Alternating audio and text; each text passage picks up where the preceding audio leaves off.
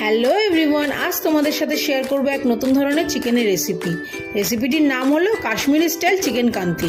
রেসিপিটি তৈরি করতে আমাদের লাগবে মাত্রই 8টি উপকরণ। এরপর সব মশলাগুলিকে শুকনো খোলায় ভেজে ড্রাই রোস্ট করে নিতে হবে। তারপর গ্যাস জ্বালিয়ে কড়াই বসিয়ে তাতে দিয়ে দেবো পরিমাণ মতো সাদা তেল আর 1 চামচ ঘি। তেল গরম হয়ে গেলে তাতে দিয়ে দেবো 2টি পেঁয়াজ কুচি আর সামান্য পরিমাণ নুন।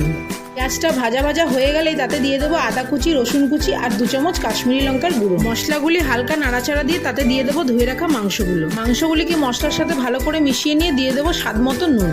তারপর অল্প সময় কষিয়ে নিয়ে দিয়ে দেবো ঘরের তৈরি চিকেন কান্তি মশলা দিয়ে 5-7 মিনিট কষিয়ে নেওয়ার পরেই দিয়ে দেবো টক দই। তারপর আবারও মিনিট 15 কষানোর পরে 1 চামচ ঘি আর কাসুরি মেথি দিয়ে নামিয়ে নিলেই তৈরি হয়ে যাবে চিকেন কান্তি। রেসিপিটি যদি তোমাদের ভালো লেগে থাকে তাহলে অবশ্যই লাইক, শেয়ার অ্যান্ড সাবস্ক্রাইব করতে ভুলো না।